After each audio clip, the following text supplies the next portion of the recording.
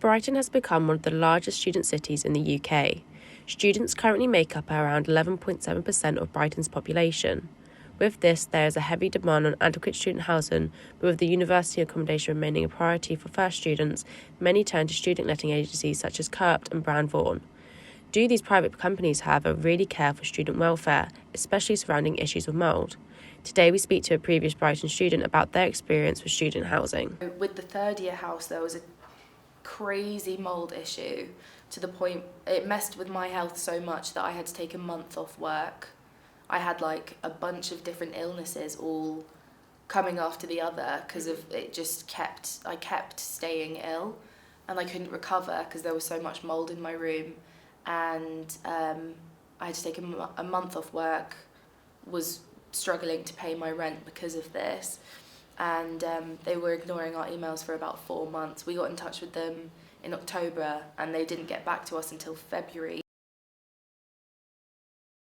I think pretty much everybody that I know who's gone to university and stayed in university accommodation, not university accommodation, student accommodation, houses, whatever, halls, there's always been issues. It's always been massively overpriced, like extortionate. Like they know that students can't afford that, but they do it anyway because they know that students are young and not very experienced in property, and so they know that they can exploit them in that way. Almost everybody that I know has dealt with mould. So health issues and housing issues, there's so many cases of mould.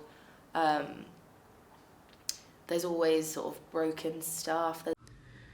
Despite Brown Vaughan being the biggest student letting agency in Brighton, they did not want to provide a statement on how they tackle student tenant issues such as mould.